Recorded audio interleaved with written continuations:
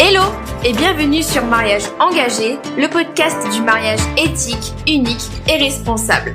Je m'appelle Aude, je suis wedding planner et j'accompagne les futurs mariés dans l'organisation d'un mariage qui corresponde à leurs envies et à leurs valeurs. Si vous êtes une future mariée et que vous souhaitez partir à la découverte de tout ce que vous pouvez faire pour votre mariage et de laisser éclater vos idées, même les plus folles, ce podcast est fait pour vous. Alors, installez-vous confortablement et c'est parti pour l'épisode du jour.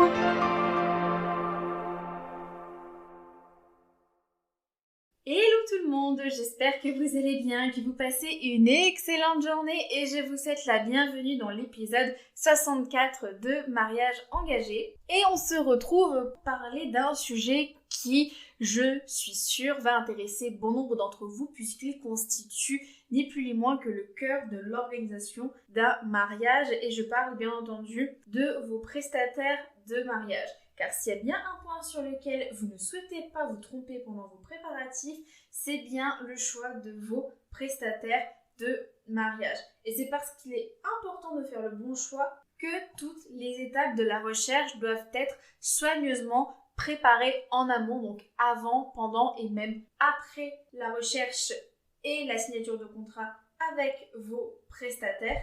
Car après tout, la réussite de votre mariage passe en grande partie par les prestataires que vous allez trouver, les prestataires qui vous correspondront à vos envies, à vos valeurs, qui sauront donner vie à vos idées, quelles qu'elles soient. C'est pour moi l'une des clés d'un mariage qui soit réussi et d'un mariage également qui soit unique en son genre. Donc que vous ayez des difficultés à faire votre choix ou que vous êtes juste curieuse de la marche à suivre, je vous emmène à la découverte des petites astuces qui feront que vous arriverez à choisir des prestataires de rêve pour votre mariage sans aucun problème.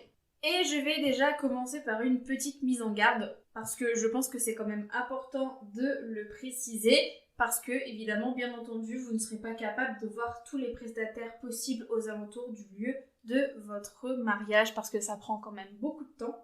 Et donc le but sera de mobiliser les bons outils pour s'assurer de choisir des prestataires de mariage qui soient de qualité et qui correspondent à ce que vous voulez pour votre mariage. C'est là où pour moi il existe une nuance entre faire le bon choix et faire le meilleur choix possible. Car évidemment, pour être sûr de faire le choix le plus objectif possible, il faudrait rencontrer tous les prestataires possibles et inimaginables qui se trouvent à proximité du lieu de votre mariage.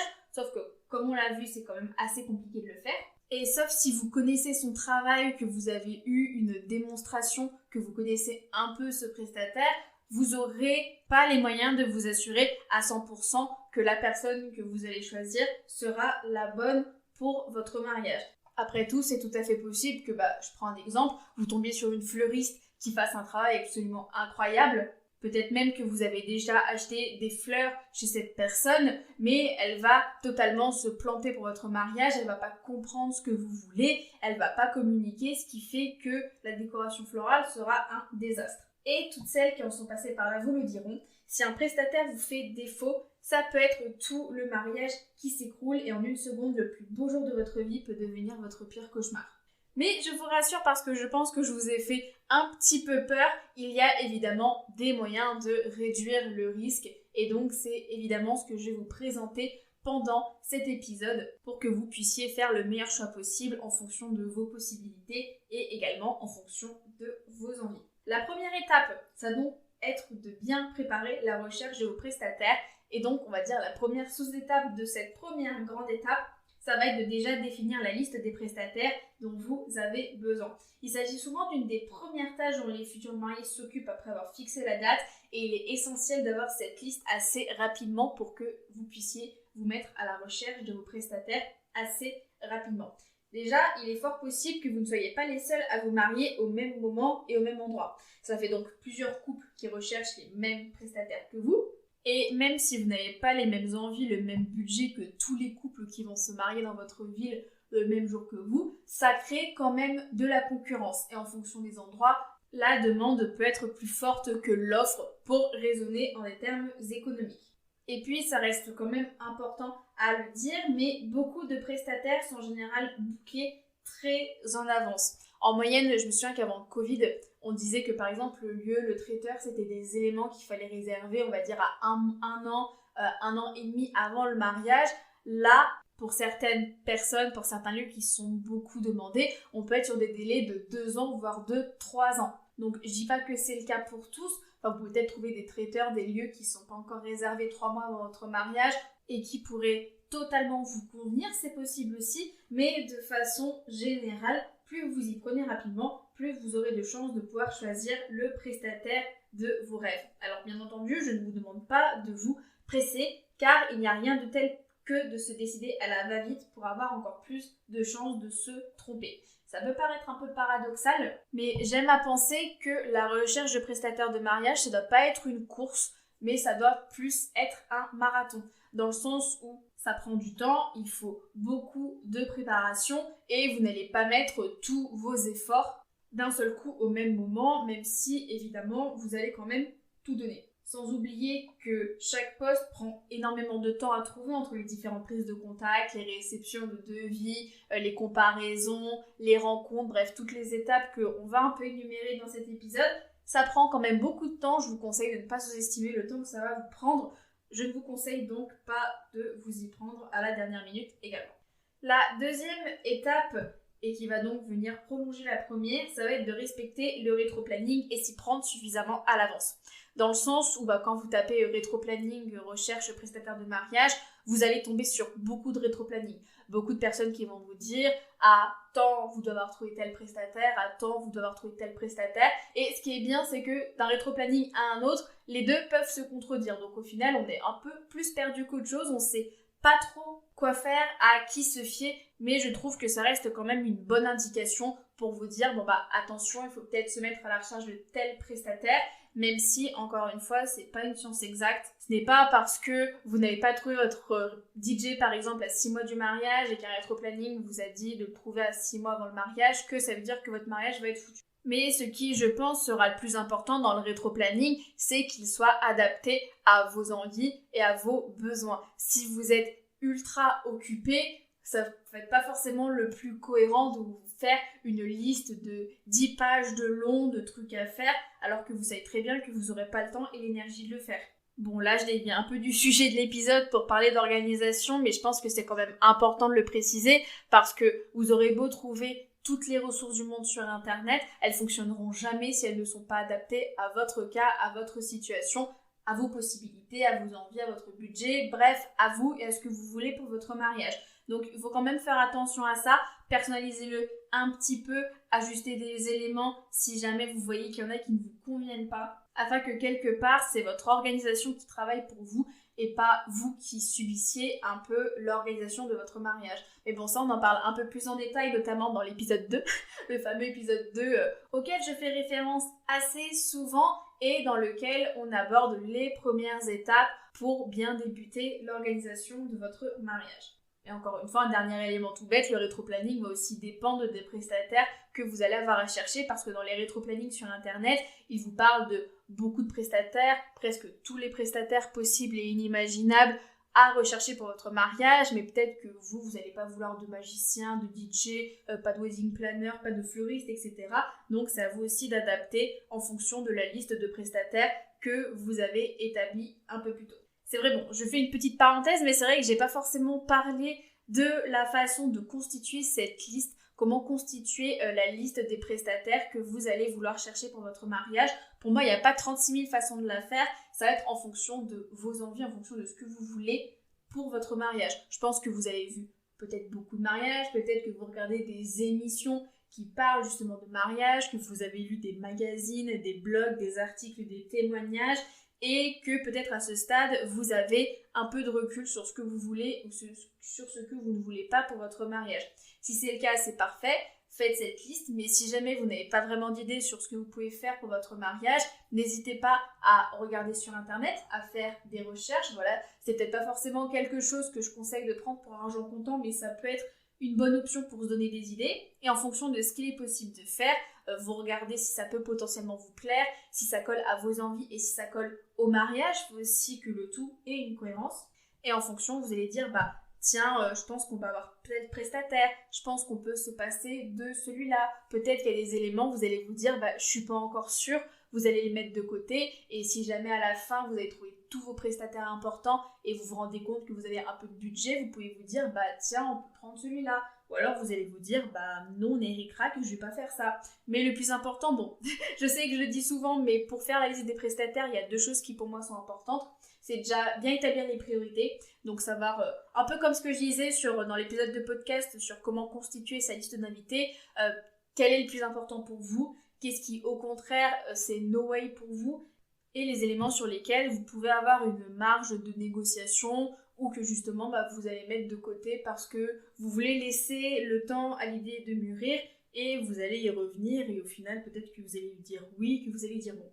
Et la deuxième chose selon moi, c'est de bien entendu rester sur ce que vous voulez. C'est pas parce que quelqu'un vous a dit que c'était indispensable d'avoir un magicien pour son mariage que ça veut dire que vous devez l'avoir pour le vôtre. J'en parlais notamment dans un live que j'ai fait il y a quelques mois sur les accords Toltec. Et là-dedans, dans les accords Toltec, il y a un passage qui est très fort en tout cas, qui m'a beaucoup marqué et qui dit que justement, quand les autres expriment leur opinion, ils le font à travers leur propre réalité à eux par rapport à leurs propres expériences. Mais ça ne veut pas forcément dire que c'est une vérité générale. Même dans la plupart des cas, ce n'est pas du tout une vérité générale. C'est normal que vous ne pensiez pas pareil que vos interlocuteurs, interlocutrices. C'est normal parce qu'on est tous différents, on a tous vécu des expériences différentes qui nous ont forgés à avoir certaines opinions par exemple. Et donc le plus important dans cela, ça va être de rester sur votre propre vérité, de vous dire ok peut-être qu'il y a 10, 20, 100 000 personnes qui ont eu un DJ pour leur mariage, mais moi j'ai pas envie d'avoir un DJ pour mon mariage, donc je vais pas me prendre la tête, je vais pas prendre de DJ et je vais passer par une autre solution et tout va très bien se passer. Je referme la parenthèse puisqu'on va passer à la 3e étape, la 3e sous-étape de la recherche de vos prestataires. Là, on va un peu commencer à rentrer dans les choses sérieuses puisque vous allez, avant de rentrer dans le bain et vraiment commencer à chercher vos prestataires, vous allez faire le cahier des charges. Donc le cahier des charges, j'en parle aussi dans l'épisode 2 du podcast, donc sur les premières étapes de l'organisation d'un mariage. Et le cahier des charges, ça va venir vous aider à poser vos critères par rapport à vos prestataires. Donc le fait de dire par exemple la localisation, le budget, est-ce qu'ils sont seuls ou accompagnés, est-ce qu'ils vont avoir du matériel de secours, voilà je sais pas, bref, toutes les questions que vous avez envie de vous poser et tous les éléments qui peuvent avoir un impact sur la décision finale que vous prendrez, vous allez le consigner dans ce cahier des charges. Et ce cahier des charges, ça va vraiment être une bible pour vous, vous allez vous y référer à n'importe quelle étape de la recherche de vos prestataires. Et surtout, ça va être très important lorsque vous devrez prendre une décision. Donc, si vous avez 2 propositions qui vous plaisent beaucoup, regardez quelle est celle qui correspond le plus à votre cahier des charges. Et encore une fois, c'est aussi une question de critères, le fait de se dire mais quels sont les critères qui sont les plus importants pour moi, quels sont les critères si je les vois chez un prestataire, ça va être no way, pas possible, je le prends pas. Et encore une fois, des éléments sur lesquels vous pouvez négocier ou sur lesquels vous n'êtes pas encore sûr. Donc ça, c'est très important d'avoir cette liste. Alors, pas forcément ultra définie parce que, encore une fois, je le dis beaucoup, mais je le répète encore une fois, quand vous organisez un mariage, vous connaissez pas forcément le milieu, le monde, ce qu'il est possible de faire, et c'est peut-être des critères que vous allez affiner au fur et à mesure quand vous allez aller à des salons, que vous allez rencontrer des prestataires, que vous allez affiner tout ça jusqu'à ce que vous trouviez la personne qui corresponde le plus à vos critères, à ce que vous voulez pour votre mariage. Et donc, une fois cette étape accomplie, vous allez commencer à glaner quelques noms sur Internet pour constituer votre première liste de prestataires potentiels. Alors, à cette première étape, ça ne sert à rien de creuser trop longtemps. Donc, ce que je peux vous conseiller, c'est si par exemple vous faites une recherche sur Instagram ou sur Google, vous tapez un DJ mariage de Rome par exemple, vous allez regarder les premières pages, les premiers noms qui sortent en général. Vous avez pas mal de sites qui sortent, donc vous allez prendre le temps un peu de regarder, vous familiariser avec le contenu. Si jamais quelqu'un attire votre œil, donc par rapport au site internet, aux réseaux sociaux, si l'univers proposé semble vous plaire, vous allez le mettre sur une liste, donc soit en favori sur votre ordinateur, ou alors vous allez noter le nom sur un bout de papier et vous allez y revenir plus tard. Et vous continuez, vous regardez s'il y a potentiellement des éléments qui peuvent également vous plaire.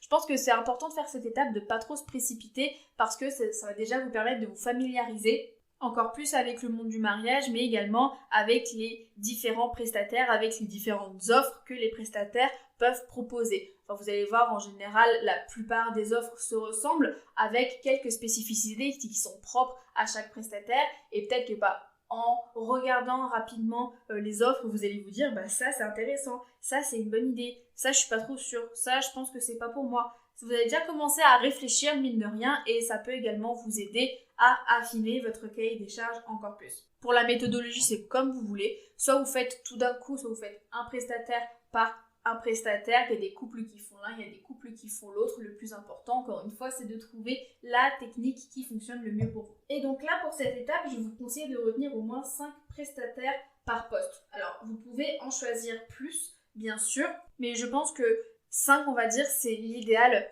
pour bien commencer, sachant qu'après, une fois que cette liste sera faite, vous allez aller un peu plus en détail pour tenter d'identifier les personnes qui pourraient éventuellement faire l'affaire pour votre mariage. Donc si vous en faites plus, vous pouvez par exemple prendre les 5 plus gros coups de cœur que vous avez vus et peut-être constituer une liste de secours de prestataires qui vous plaisent au cas où la liste initiale ne fonctionne pas, au cas où vous ne trouviez pas votre bonheur dans la sélection principale. Et donc, on va passer à la deuxième grande étape de la recherche de vos prestataires. Ça va être de faire une première sélection avec notamment toute une liste de critères, alors qui n'ont pas forcément un grand rapport avec le cahier des charges, mais qui sont tout de même importants et essentiels pour vous aider dans votre prise de décision et que donc je vous conseille de prendre en compte.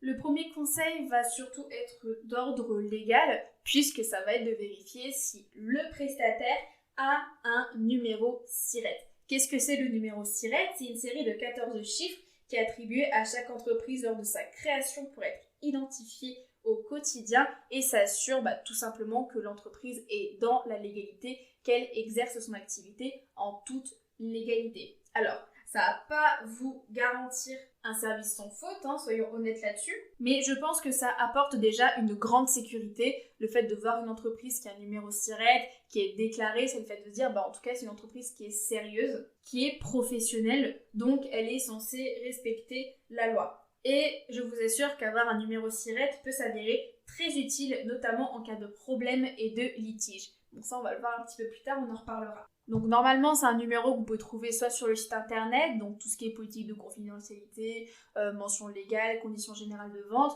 ou alors tout simplement vous rendant sur le site société.com et faire une recherche avec le nom de l'entreprise pour voir si elle est déclarée. À savoir qu'en France, toutes les entreprises ont l'obligation de publier leur compte annuel sur des sites comme celui-là, donc ça peut vous donner quelques informations sur la santé financière du prestataire, même si évidemment vous n'aurez pas toutes les informations à première vue. Et je vous en parle parce que si jamais votre prestataire fait faillite, doit liquider son entreprise en plein milieu de l'organisation, ça peut un petit peu vous mettre dans l'embarras. Donc je préfère le mentionner au cas où. Le deuxième conseil que je pourrais vous donner, c'est aussi de bien regarder son site internet et ses réseaux sociaux.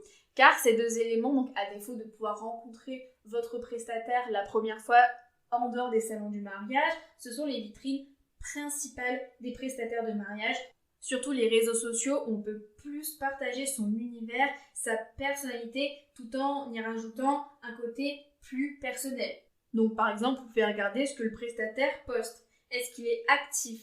Est-ce qu'il interagit avec sa communauté via les commentaires ou les stories? Est-ce qu'on sent que le prestataire inclut de sa personnalité? Est-ce qu'on sent qu'il est vraiment vrai et qu'il ne joue pas juste un rôle pour avoir des likes, des followers ou avoir des clients? Ça peut déjà vous aider à confirmer ou infirmer vos premières impressions sur ce prestataire et de savoir si potentiellement il pourra vous convenir et si vous souhaitez aller un peu plus loin dans la démarche.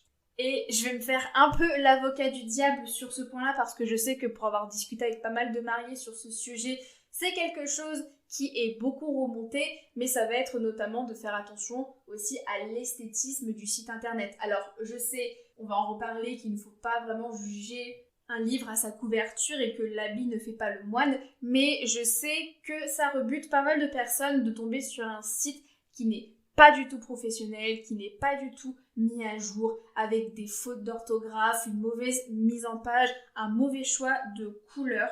Le prestataire aura beau faire un travail incroyable, quelque part ça va un peu rebuter les futurs mariés de vouloir aller plus loin. Alors, je sais que c'est pas forcément évident. Enfin, moi-même, je sais que j'ai fait mon site toute seule pendant 6-9 mois avant de basculer sur un site fait par une personne professionnelle. Et je vous garantis que ça fait la différence. Donc, même si on n'a pas tous les mêmes moyens, qu'on ne peut pas tous se permettre d'engager quelqu'un pour faire un site personnalisé, c'est quand même important d'y apporter un peu de soin, surtout qu'il y a des plateformes comme Wix ou WordPress qui permettent de faire un site qui soit assez professionnel avec peu de moyens et peu de budget, même si évidemment on n'est pas sur la même catégorie qu'un site qui est fait par un prestataire. Donc si par hasard il y a des prestataires qui m'écoutent, faites attention à bien prendre soin de votre site internet et de l'image que vous renvoyez en ligne, ça peut vous aider. Le troisième critère que je pourrais vous partager, ça va être évidemment de recueillir quelques témoignages. Donc ne pas hésiter à se renseigner sur les réseaux sociaux, dans votre entourage, si jamais vous êtes concerné. Sur Google, si l'entreprise a sa page Google My Business, vous pouvez voir les avis que les personnes ont laissés sur son travail. Ça peut vous donner une bonne idée des retours qu'il y a eu, s'il y a eu des problèmes, les réponses qui ont été apportées et tout simplement vous rassurer et vous donner envie ou non de continuer le processus. Par exemple, un autre conseil que j'aimerais vous donner, c'est si par exemple vous êtes membre de groupe Facebook pour futurs mariés sur Toulouse, vous pouvez leur demander si elles ont eu une bonne ou une mauvaise expérience avec un tel prestataire ou même si elles ont des noms à vous recommander par rapport à ce qu'elles ont elles-mêmes eu pour leur propre mariage. Pareil, si des membres de votre entourage se sont mariés dans votre région, vous pouvez leur demander leur retour sur le prestataire qu'ils avaient choisi et voir s'il pourrait convenir, si vous avez envie d'aller un peu plus loin. En général, dans le mariage, le bouche à oreille, ça fonctionne plutôt bien. C'est l'un des canaux principaux qu'on utilise pour trouver nos clients. Et c'est vrai que pour les mariés, c'est toujours plus rassurant d'avancer dans un processus et de savoir que y a une personne proche, une personne de confiance qui a confirmé qu'on pouvait se fier plus ou moins les yeux fermés à une telle personne. Et donc, pour clôturer cette partie, j'avais plus envie de vous partager un conseil, une recommandation qui va être de bien soigner la prise de contact. Je vous le disais un peu plus tôt, en général, on dit qu'il ne faut pas juger un livre par sa couverture, mais ça peut paraître un peu contradictoire, mais on dit aussi qu'on n'a jamais deux fois une chance de faire une bonne première impression. C'est notamment pour ça que les prestataires de mariage soignent leur communication digitale et font de leur mieux en tout cas pour présenter un site qui soit aux petits oignons. Et à défaut de les rencontrer, il s'agit du premier aperçu que vous avez de leur travail et il faut qu'il soit positif pour vous convaincre d'aller plus loin. De l'autre côté, c'est exactement la même chose. C'est-à-dire que la prise de contact, ça va être le premier moment où le prestataire va pouvoir se faire une idée de vous et de votre mariage, notamment pour voir si cela peut correspondre à ce qu'il propose. Car même si vous êtes les principaux acteurs dans la recherche de vos prestataires, ces derniers ont également leur mot à dire. Ils peuvent très bien refuser un contrat si le feeling ne passe pas ou que le projet ne correspond pas à ses valeurs. À vous donc de mettre les petits plats dans les grands quand vous préparez votre mail ou votre appel téléphonique, surtout si vous avez un coup de cœur énorme pour son travail. Et donc, c'est hyper simple, il faut surtout respecter les points suivants. La politesse, on n'oublie pas le bonjour par exemple, on n'oublie pas la ponctuation, on vérifie l'orthographe au maximum, on inclut le maximum de détails sur votre projet, donc la date, le lieu, le thème, le mood board, le nombre d'invités si vous l'avez, etc. pour que l'échange soit le plus personnalisé possible. Et vous pouvez même écrire un petit paragraphe pour parler des raisons qui font que vous aimeriez bien avoir ce prestataire spécifique pour votre mariage. C'est optionnel, mais ça fait toujours plaisir de voir que la personne a pris le temps de se renseigner et qu'elle veut venir chez nous pour les bonnes raisons. Un autre petit détail qui a quand même son importance, si vous savez que la personne est une femme, qu'elle est auto-entrepreneur et donc qu'elle est seule dans son entreprise, pas besoin de dire madame, monsieur, comme on peut le voir dans la plupart d'échanges un peu plus formels. Vous pouvez dire bonjour madame, ou même dire bonjour un tel, donc en mettant son prénom. Croyez-moi, ça fait toujours plus plaisir quand le message est personnalisé de cette façon-là. Et donc, une fois que toutes ces étapes sont faites et que vous avez pris contact avec vos prestataires, que vous avez pris peut-être un premier rendez-vous, ça va être le moment de confirmer tout ce que vous avez pu voir jusqu'à là pour confirmer si oui ou non le prestataire en face de vous est la bonne personne pour votre mariage. Là, on va surtout parler des éléments à vérifier donc pendant les différents rendez-vous ou pendant les échanges parce que croyez-moi, on peut voir beaucoup de choses qu'on ne voit pas forcément sur internet lors de ce moment. Le premier, ça va être de bien vérifier l'adéquation à vos valeurs, à votre univers. Vous avez normalement une idée de ce que le prestataire propose s'il partage son travail sur Internet, mais pendant un rendez-vous découverte, ou même lorsque vous rencontrez un prestataire sur un salon, il aura normalement un book de ses prestations précédentes à vous montrer afin de vous présenter son univers. En général, elles seront beaucoup plus détaillées que sur son site ou ses réseaux puisque son but est évidemment de vous convaincre de signer avec lui. En dehors de ça, un prestataire ne vous dévoilera sans doute pas toute sa stratégie tant que vous n'avez pas signé, mais si vous sentez qu'il est impliqué, qu'il esquisse des idées qui méritent d'être creusées, vous avez peut-être un bon filon à exploiter et potentiellement quelqu'un à rajouter dans votre équipe.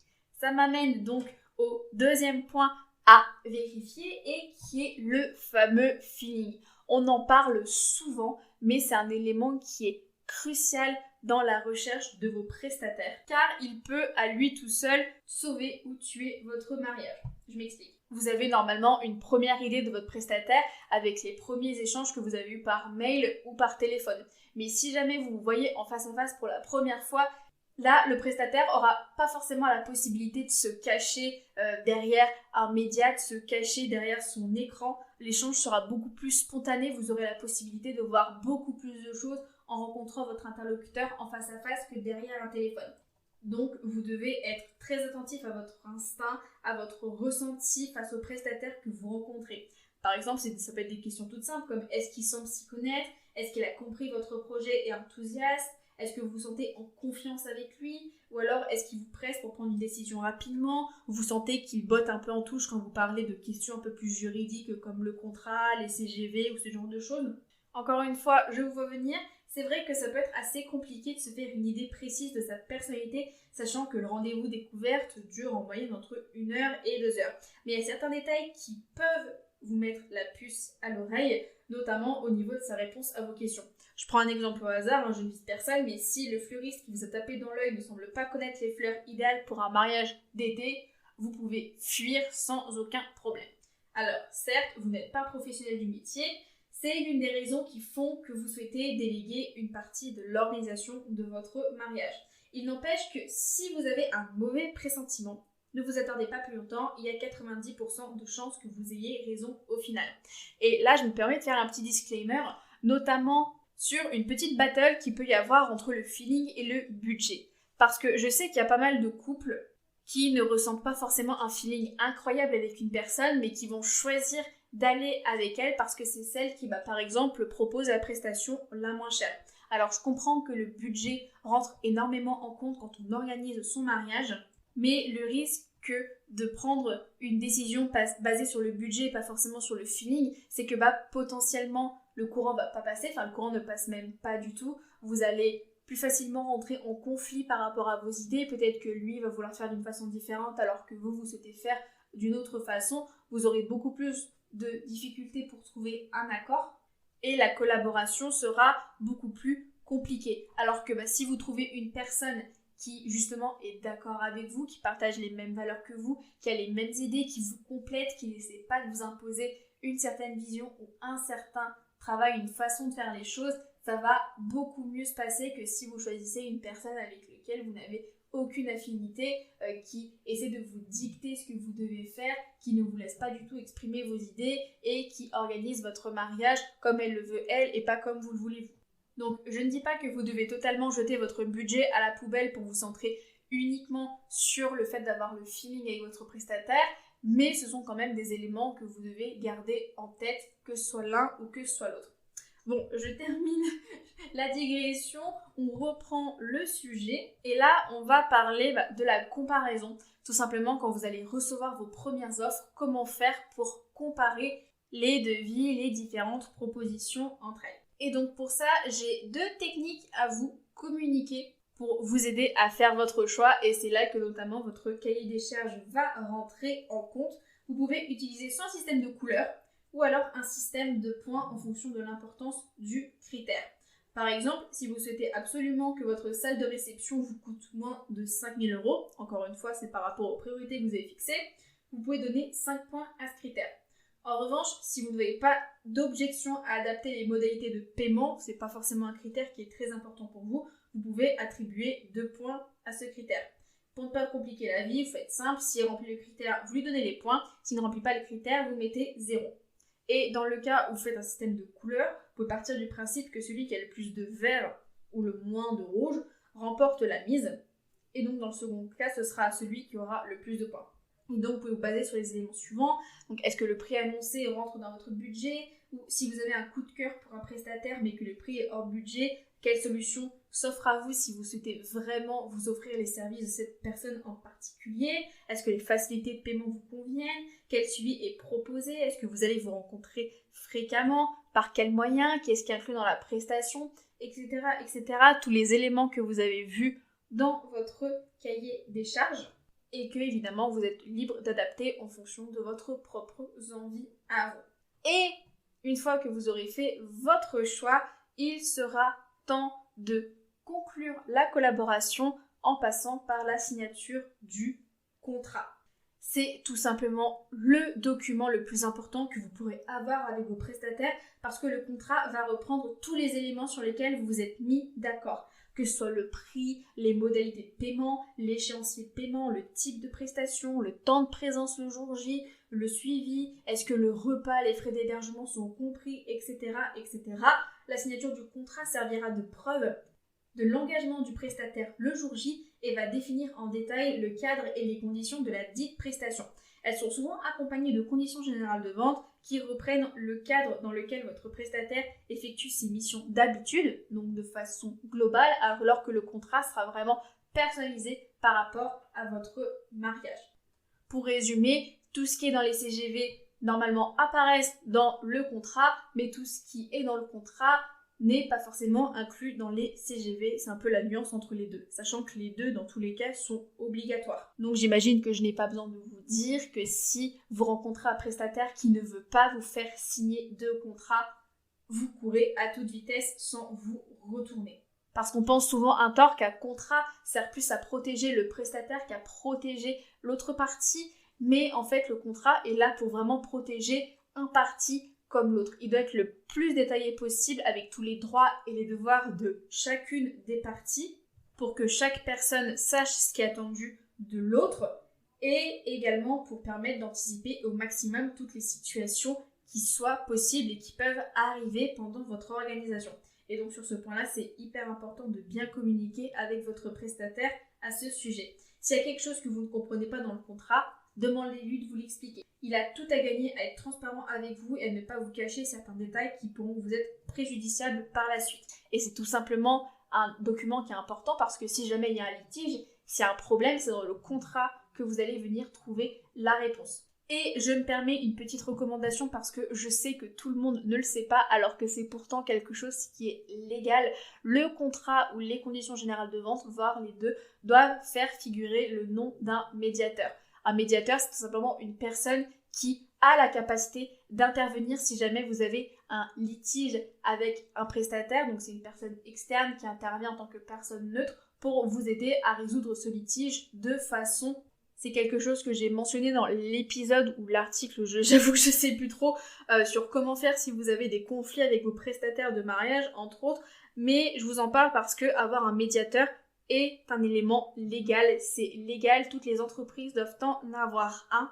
Donc si jamais votre prestataire n'a pas de médiateur et qu'il ne souhaite pas en prendre un, je vous conseille également de fuir. En plus, la cotisation est pas trop chère. Moi, je sais que j'ai payé 50 € l'année, il me semble. Bref, je sais plus, il faudrait que je revérifie. Mais ça fait partie de ces dépenses qui sont pour moi obligatoires quand on est un prestataire de mariage. Alors, rassurez-vous, on a bientôt fini cet épisode. Juste le temps pour moi de vous partager quelques conseils, quelques réponses à des questions qu'on peut me poser, qu'on m'a déjà posées. Donc, par rapport à tous les conseils que je vous ai donnés dans cet épisode. Donc, c'est un épisode qui était quand même assez dense, mais qui, je pense, va beaucoup vous être utile. L'une des questions qu'on me pose, c'est « Et si malgré ces conseils, je ne trouve toujours pas mon bonheur ?»